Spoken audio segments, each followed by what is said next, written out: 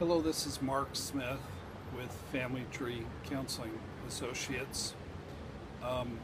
Pardon the lobster face I got going on here. I didn't put any sunscreen on today for some reason, and I got burned pretty bad, so oops. This is my final video from Myrtle Beach on this trip, and it's part 3 of the series I've done called The Slaughter of Trust.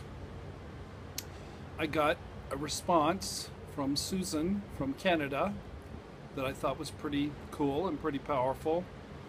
And you know, the cool thing about social media is you start a dialogue, you start a discussion, and I've gotten some amazing comments on this second video, especially, really both of them, in a short amount of time.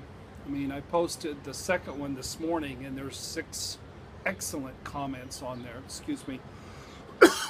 So I'm going to read 3 of the comments that came along with the second video that I thought were just brilliant and really added to the discussion. So actually, one of the comments was sent in a personal email to me, but I have her permission to share what she said. I'm going to answer a question of hers. So here we go.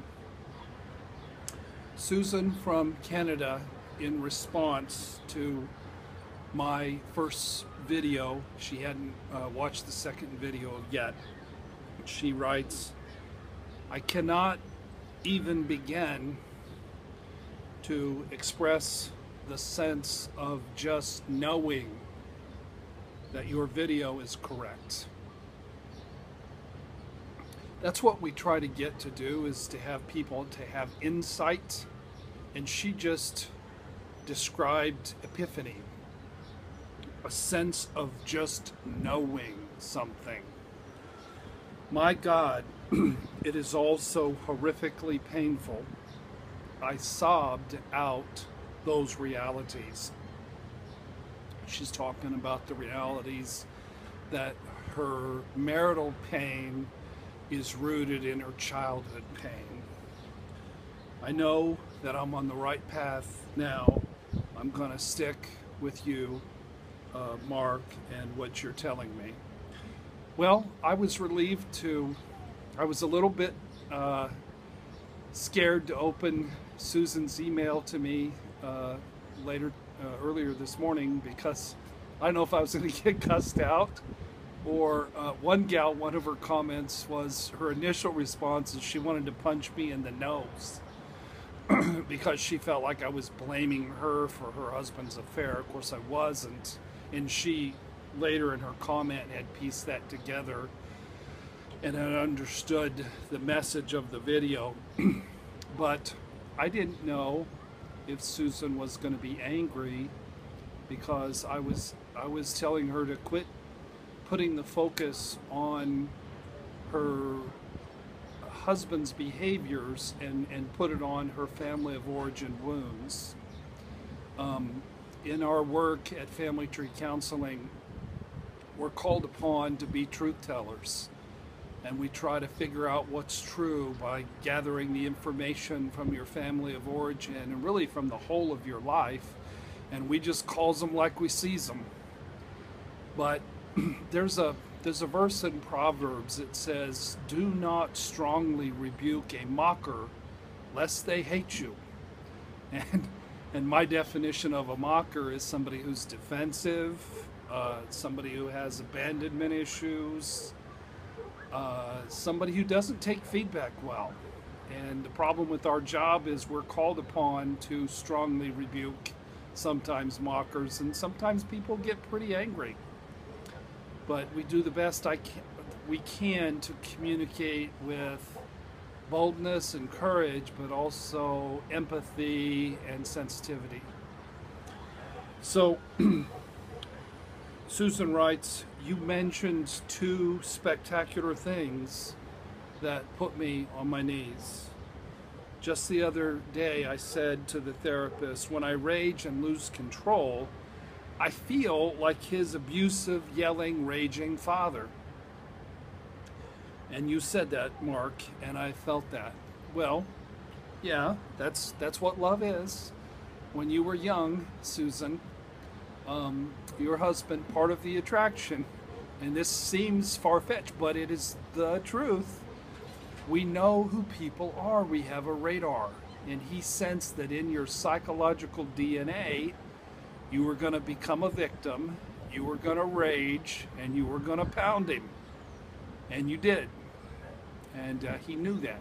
He needed somebody to reenact the role of his abusive father, and that was in you. And it's in you not because you're not a good person, I'm sure you're a nice person, but that sense of victimization, plus you probably were exposed to some shame and some criticism as well. Susan writes, 4 months ago, I tried to talk to my mother, as I have tried my whole life. She said, just be quiet about it all. You're lucky to have him come back. It doesn't matter what he did. That day, she said, I screamed and screamed and screamed and could not stop. I broke my thumb in a rage, and I broke blood vessels in my eyes. Holy cow. That is a raid. I've never broken any blood vessels in my eye. I did have somebody once come in and say they got so mad that and their eye was all red. That's mad. If you're so mad that you're breaking blood vessels in your eyes and breaking your thumb, you're in a rage. But her rage was about her mother not hearing her.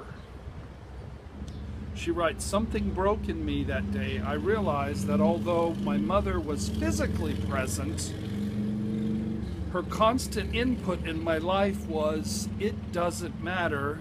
And I think what I heard was, you do not matter. So the core of Susan is, you're not special, you don't matter, you're not worthy of being loved. And she picked a wounded young fellow who grew up into a fellow who became addictively involved in an affair and who abandoned her. But she was looking unconsciously for somebody who would do just that. So it is all about your childhood, and this is how she was abandoned. And thank God that the lights are going on for Susan in Canada. She writes, I feel some pieces clicking together. How cool is that? I'm going to change the direction of my life and my thinking, and I'm going to listen to you. And by my way of thinking, that's a pretty good thing to do along these lines of marriage and victimhood and abandonment. I know what I'm talking about. And I'm not trying to be arrogant or know-it-all-ish, but I just have so much passion for people in that they don't know these things about their family of origin. It can help them. It can help them a lot. And what you're seeing here, what you're hearing with Susan, is what we try to affect, and that is a shift in paradigm, a shift in her thinking that has made a big difference. So she writes, I do matter. I have a journey in front of me, and for all my life, I'm going to be grateful for your video and putting my feet on the right path. I'm thankful for you, no words to express how much. And I am listening now. She's looking forward to part 2. Well, she got part 2, and she's going to get part 3. And I noticed she bought my shame book, my abandonment book, and the affair book. So here's a teachable, motivated gal who's going to make a lot of progress. So second comment, this is coming from, I'm going to call her, what am I going to call her? I'm going to call her Bethany, and it's somebody who wrote an email to me about this video. who gave me permission to share her story. Mark, thank you. Those were some very powerful videos and with an enlightening message, those last two videos. Amazingly, this insight came to me in the midst of my rage about a year ago when I confronted my husband about his emotional affair. I just did not fully comprehend it then. I remember saying to him, I can't believe you're destroying a 23-year happy marriage. Let me back up. Happy marriage over a 3-month fantasy. Or is it that I've lived a fantasy marriage for 23 years and this is the real you? Bang. After that, I had to pause to process it, and it never left my mind. And this video makes it very clear. When I started Family Tree Counseling Associates in 1989, one of the first things that I wrote, it was probably about 1990, I wrote an article for our newsletter, and it was called Illusions in Marriage. And I've always really liked that title, Illusions in Marriage. Every marriage is an illusion. You think you're getting one thing and you're getting something else, but it's not their fault. You picked them. Whose job is it to vet your spouse, your future spouse? It's your job. It's not their job. If you buy a business, you better do your due diligence and find out what you're buying. And in marriage, you are responsible. You're responsible for your life. Nobody can ruin your life. We do a pretty good job of denting and damaging our own lives. So, Bethany writes, I lived in the same stinking hole of mud as this lady on your videos is now for months until I found your website and your resources. And I've grown so much since then just by reading your books and watching the videos. And I've learned about my issues and myself, and also have been able to understand why he did what he did. And I just wish he would open up and read these with me, and perhaps we can grow together. He has since stopped the emotional affair and has made some positive changes, but he's very skeptical about anything about therapy, and he does not like it when I invite that he suggest that he watch the videos. Mark, my question is this. Have you seen couples where one person wants to keep learning and growing and the other are just fine with simply, I'm sorry? Of course. I've seen it 1,000,001 times. For now, I am daily reminding myself to focus on me and make changes in me and just hope that one day the light bulb in his head goes on. Okay, Bethany, here's the thing. The best thing you can do, first and foremost, is to do your own work, which it sounds like you're doing. And I want to make a point to everybody out there that she didn't pay any expensive therapy sessions with Mark Smith. All she did was read the books and watch the videos. And the books, even when they're not 30% off, you can buy all of them with $50 and have, $15 left over. I mean, they're not that expensive. So, and the videos are free. So you don't have to have a lot of money to get a lot of help. This gal has gotten a lot of help. So, but she's asking about her husband. He's not motivated. Well, here's the thing is, it's a deal breaker. If you have an employee who's not doing the job, you don't just say, okay, it's okay that you don't do your job, I'm going to look the other way. No. You put them on probation, and if they don't get the job done, they get suspended without pay. And if they still refuse to make the changes, they get fired. And if your husband knows you ain't going anywhere, Bethany, that you're going to settle for him just saying he's sorry and sort of sweeping it under the rug, he doesn't have to change, because he's not motivated. You sort of missed your opportunity when you found him in this emotional affair, and that's the time where he needed to be humble and broken, and if you say jump, he's in the air. Okay? So I want you to direct your attention to a book called Should I Stay or Should I Go? How a Controlled Separation Can Change, can save your marriage. And I believe on YouTube, I believe there's there may not be, but look and see if there's a playlist on separation. But there certainly are 4 or 5 videos on our website, on our channel, I'm sorry, about separation. And so just Google separation and family tree and you'll find those. But it's a brilliant book. It's a book that talks about separation, not divorce, but separation, which is a very powerful tool. And I've seen separation motivate many an unmotivated marital partner. And it's not always the man. It usually is the man, but it's not always the man. So if they don't, it's not acceptable that they don't work on themselves. They have to work on themselves to get healthier. Just you doing the work, which is fabulous.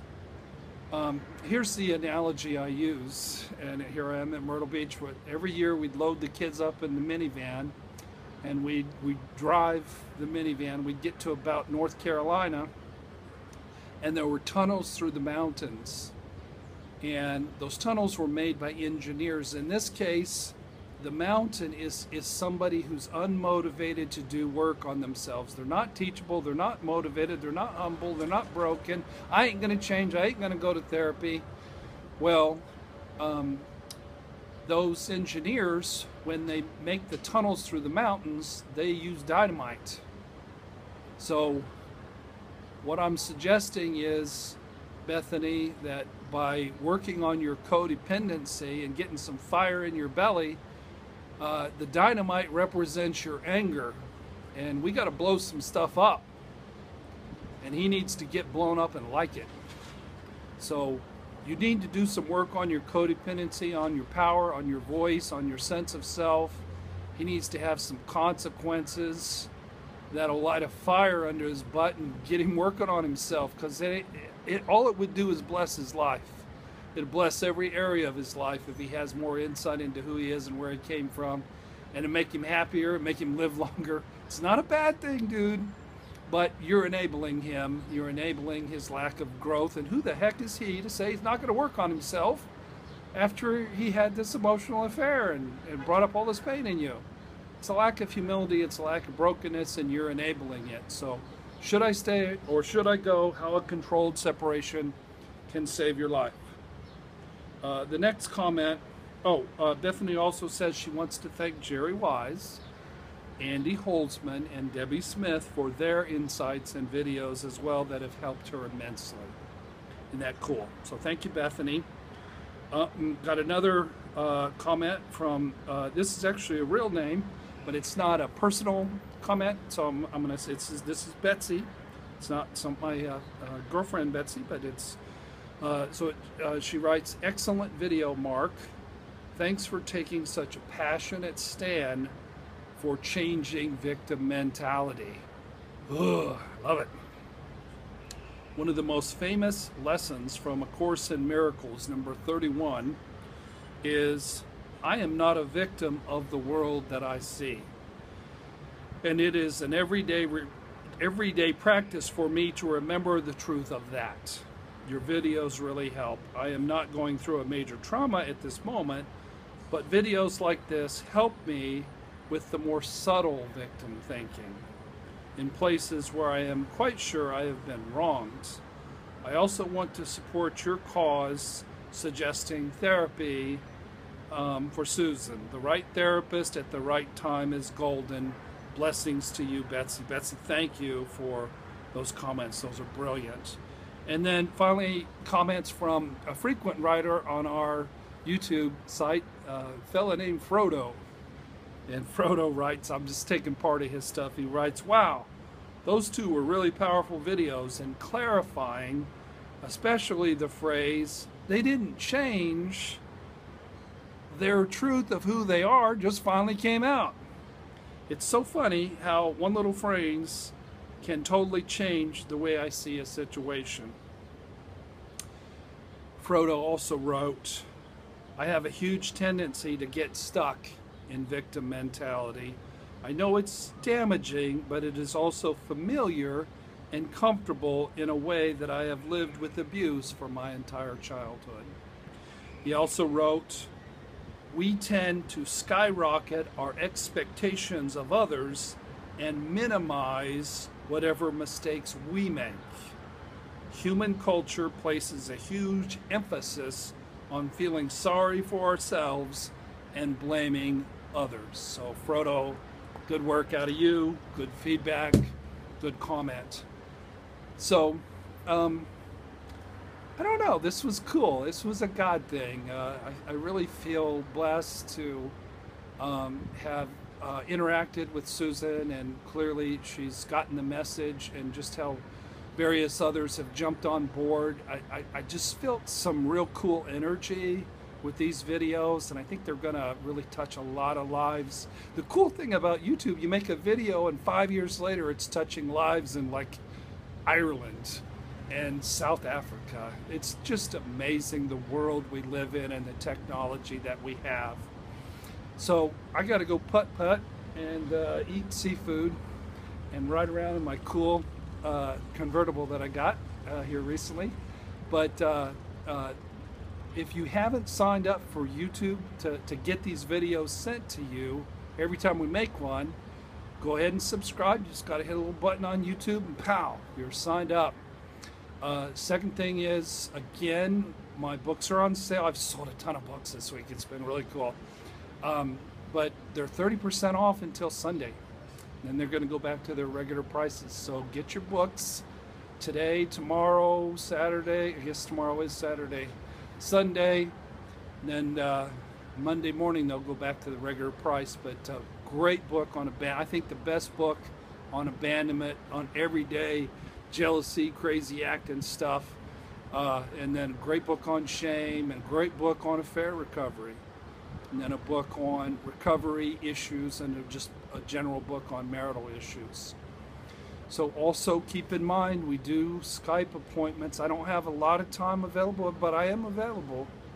And you can rent my time by the hour, and I will fit you in, and I will do a family tree on you, and I will truth tell you and your spouse and your significant other, and try to light some light bulbs up for you as well. So anyway, folks, thank you for watching the video, and God bless.